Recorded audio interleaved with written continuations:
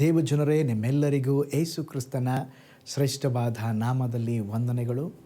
Shalom, ನಿಮಗೆ ಸಮಾಧಾನವಾಗಲಿ. ಈ ದಿನ ದೇವರ ವಾಕ್ಯದ ಧ್ಯಾನಕ್ಕಾಗಿರುವಂಥ ವಿಷಯ ಸತ್ಕ್ರಿಯೆಗಳನ್ನು ಮಾಡಿರಿ.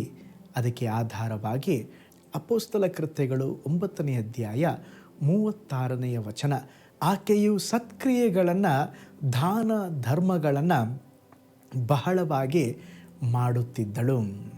ನೋಡ್ರಿ, ಈಗ ಓದಿಕೊಂಡ ವಾಕ್ಯ ಭಾಗ ದೋರ್ಕಳ ಕುರಿತಾಗಿ ತಿಳಿಸಲ್ಪಟ್ಟಿದೆ.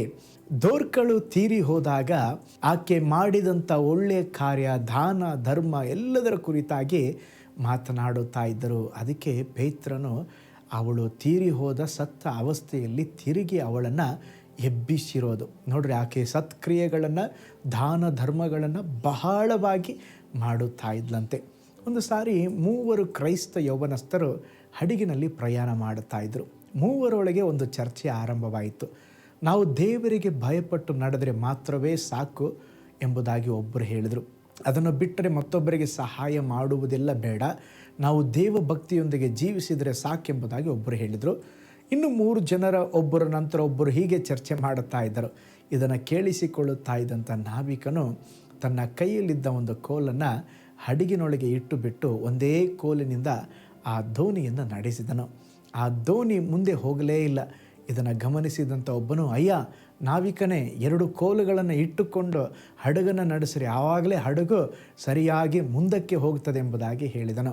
ಕೂಡಲೇ ಆ ನಾವಿಕನು, ತಮ್ಮಂದಿರೇ, ಇದರಂತೆ ಕ್ರೈಸ್ತನಾಗಿ ಶಿಷ್ಯನಾಗಿ ಬಾಳಬೇಕಾದರೆ ನಮಗೆ ದೇವ ಭಕ್ತಿಯೂ ಬೇಕು, ಸತ್ಕಾರ್ಯನೂ ಬೇಕು, ನಂಬಿಕೆಯೂ ಬೇಕು. ಎಲ್ಲವೂ ಒಟ್ಟೊಟ್ಟಾಗಿ ಹೋದರೆ ಮಾತ್ರ ಚೆನ್ನಾಗಿರುತ್ತದೆ, ಆಗ ಜೀವನ ಮುಂದಕ್ಕೆ ಸಾಗ್ತದೆ ಎಂಬುದಾಗಿ ಹೇಳಿದರು. ಸತ್ಯವೇದದಲ್ಲಿ ಕೂಡ ದೋರ್ಕಳೆಂಬ ದೇವ ಭಕ್ತಿಯುಳ್ಳ ಶಿಷ್ಯನ ಕುರಿತು ನೋಡುತ್ತೇವೆ. ಅವಳ ಬಗ್ಗೆ ಎಲ್ಲರೂ ಹೇಳಿದ ಸಾಕ್ಷಿ ಏನು ಗೊತ್ತಾ? ಅವಳು ಬಹಳ ಸತ್ಕಾರ್ಯಗಳನ್ನು, ದಾನ ಧರ್ಮಗಳನ್ನು ಮಾಡುತ್ತಿದ್ದಳು ಎಂಬುದೇ. ಅವಳು ಅನೇಕ ಸತ್ಕಾರ್ಯಗಳೊಂದಿಗೆ ದೇವರ ಬಗ್ಗೆ ತಿಳಿಸುತ್ತಾ ಇದ್ದಳು. ದೋರ್ಕಳು ಸತ್ತ ನಂತರ ಅವಳ ಮೂಲಕ ಸತ್ಕಾರ್ಯಗಳನ್ನು ಹೊಂದಿಕೊಂಡು ಅನೇಕರು ಬಂದು ಪೇತ್ರನನ್ನು ಕರೆಸಿದರು. ಪೇತ್ರನು ಬಂದು ಪ್ರಾರ್ಥಿಸಿ ಎದ್ದೇಳು ಎಂದ ಕೂಡಲೇ ದೋರ್ಕಳು ಜೀವದಿಂದ ಎದ್ದಳು. ಅನೇಕರು ಇದರಲ್ಲಿ, ಆ ಸ್ಥಳದಲ್ಲಿ ದೇವರಲ್ಲಿ ನಂಬಿಕೆ ಇಟ್ಟರು. ಪ್ರಿಯ ದೇವ ಜನರೇ, ಶಿಷ್ಯನಾಗಿ ಜೀವಿಸುವ ನಮ್ಮ ಜೀವನದಲ್ಲಿ ದೇವಭಕ್ತಿ ಎಷ್ಟು ಪ್ರಾಮುಖ್ಯವಾದದ್ದು, ಅದರಂತೆ ಮತ್ತೊಬ್ಬರಿಗೆ ಸಹಾಯ ಮಾಡುವುದು ಬಹಳ ಅಗತ್ಯ. ಒಬ್ಬೊಬ್ಬ ಕ್ರೈಸ್ತನಿಗೂ ದೇವಭಕ್ತಿಯು ಸತ್ಕ್ರಿಯೆಯು ನಾಣ್ಯದ 2 ಭಾಗಗಳ ಹಾಗೆ. ಸತ್ಕ್ರಿಯೆಗಳ ಮೂಲಕವೇ ನಾವು ದೇವರ ಪ್ರೀತಿಯನ್ನು ಹೊರಪಡಿಸಲು ಸಾಧ್ಯ. ದೋರ್ಕಳು ಈ ರೀತಿಯಾಗಿದ್ದು ಜೀವವನ್ನು ಪಡೆದುಕೊಂಡ ಹಾಗೆ ನಮ್ಮ ಜೀವನದಲ್ಲಿ ಸಹ ಸತ್ತು ಹೋಗಿರುವ ಭಾಗಗಳು ಜೀವ ಪಡೆದುಕೊಳ್ಳಲು, ನಮ್ಮ ಜೀವನದ ಮೂಲಕ ಅನೇಕರು ನಂಬಿಕೆಯೊಳಗೆ ಬರಲು ಸತ್ಕ್ರಿಯೆ ಪ್ರಯೋಜನವಾಗಿರುತ್ತದೆ. ನಾವು ಯೇಸುವನ್ನು ಹಿಂಬಾಲಿಸುವುದು ನಿಜ. ಶಿಷ್ಯನಾಗಿದ್ದರೆ ಯೇಸುವನ್ನು ಹಿಂಬಾಲಿಸೋಣ, ಅದರೊಂದಿಗೆ ಸತ್ಕ್ರಿಯೆಗಳನ್ನು ಮಾಡಿ ಯೇಸು ಸ್ವಾಮಿಯನ್ನು ಈ ಲೋಕಕ್ಕೆ ತೋರಿಸೋಣ. ಕಣ್ಗಳನ್ನು ಮುಚ್ಚೋಣ, ಪ್ರಾರ್ಥಿಸೋಣ.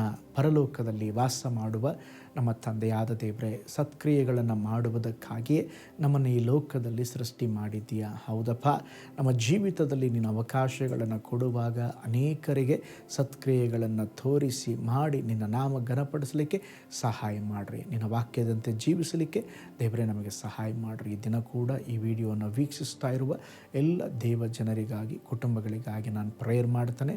ಈ ದಿನ ಅವರು ಕೆಲಸಕ್ಕೆ ಹೋಗುವಾಗ ಬರುವಾಗ ನಿಮ್ಮ ಹಸ್ತ ಜೊತೆಯಲ್ಲಿರಲಿ, ಆತ್ಮಿಕವಾಗಿ ಬೆಳೆಯಲಿ. ಈ ದಿನ ಕೂಡ ಅವರ ಜೀವನದಲ್ಲಿ ಒಂದು ಜಯವನ್ನು, ಬಲವನ್ನು ಕೊಟ್ಟು ನಡೆಸ್ರಿ. ಯೇಸುವಿನ ಹೆಸರಿನಲ್ಲಿ ತಂದೆಯೇ, ಆಮೇನ್, ಆಮೇನ್. Price lord. ಪ್ರೀತಿಯುಳ್ಳ ದೇವಜನರೇ, ಸತ್ಕ್ರಿಯೆಗಳನ್ನು ಮಾಡುವವರಾಗಿರೋಣ. ಕರ್ತನ ನಾಮವನ್ನು ಘನಪಡಿಸೋಣ. God bless you all. ಕರ್ತನಲ್ಲಿ ಪ್ರಿಯರೇ, ಈ ಸಂದೇಶ ಮತ್ತು ಪ್ರಾರ್ಥನೆ ನಿಮಗೆ ಆಶೀರ್ವಾದಕರವಾಗಿದ್ದರೆ, ದೇವರು ನಿಮ್ಮನ್ನು ಪ್ರೇರೇಪಿಸಿದರೆ, ನಂಬಿಕೆಯಿಂದ ಸಾಗುವ ಈ ಸೇವೆಗೆ ನಿಮ್ಮ ಅಮೂಲ್ಯವಾದ ಕಾಣಿಕೆಯನ್ನು ಬಿತ್ತಿರಿ. ಪ್ರೀತಿಯ ದೇವಜನರೇ, ವಾಯ್ಸ್ ಆಫ್ ಹೋಪ್ ಮಿನಿಸ್ಟ್ರಿಯ ವತಿಯಿಂದ ಕೋರಮಂಗಲದಲ್ಲಿ ಪ್ರತಿ ಭಾನುವಾರ ಬೆಳಿಗ್ಗೆ 9:30ಕ್ಕೆ ಕನ್ನಡ ಆರಾಧನೆ ನಡೆಯುತ್ತಿದೆ. ಆತ್ಮಭರಿತವಾದ ಆರಾಧನೆ, ಮನಮುಟ್ಟುವ ಸಾಕ್ಷಿ, ಬಲಪಡಿಸುವ ದೇವ ಸಂದೇಶ.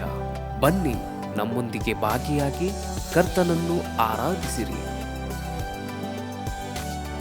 ನೂತನ ತಿಂಗಳ ಆಶೀರ್ವಾದ ಕೂಟ ಪ್ರತಿ ತಿಂಗಳು ಮೊದಲ ದಿನ ಸಂಜೆ 7 ಗಂಟೆಗೆ. ಪ್ರತಿ ತಿಂಗಳು 2ನೇ ಶನಿವಾರ ಬಿಡುಗಡೆ ಉಪವಾಸ ಪ್ರಾರ್ಥನೆ ಕೂಟ ಬೆಳಿಗ್ಗೆ 10:30ಕ್ಕೆ. ನಿಮಗಾಗಿ ಪ್ರಾರ್ಥಿಸಬೇಕೆ? ನಿಮಗೆ ಯಾವುದಾದರೂ ಪ್ರಾರ್ಥನೆ ಮನವಿಗಳು ಇರುವುದಾದರೆ ಕೆಳಗಿನ ನಂಬರಿಗೆ ಕರೆ ಮಾಡಿ ಅಥವಾ ವಾಟ್ಸಪ್ ಮಾಡಿ. ಈ ಆತ್ಮಿಕ ಸಂದೇಶಗಳು ನಿಮಗೆ ಆಶೀರ್ವಾದಕರವಾಗಿದ್ದರೆ ಲೈಕ್ ಮಾಡಿರಿ. ಇಂಥ ಅದ್ಭುತ ಸಂದೇಶ ಪ್ರತಿದಿನ ನೋಡಲು ಬಯಸುವುದಾದರೆ ಸಬ್ಸ್ಕ್ರೈಬ್ ಮಾಡಿ ಹಾಗೂ ಇತರರೊಂದಿಗೆ ಶೇರ್ ಮಾಡಿರಿ. ಕರ್ತನು ನಿಮ್ಮನ್ನು ನಿಮ್ಮ ಕುಟುಂಬವನ್ನು ಆಶೀರ್ವದಿಸಲಿ.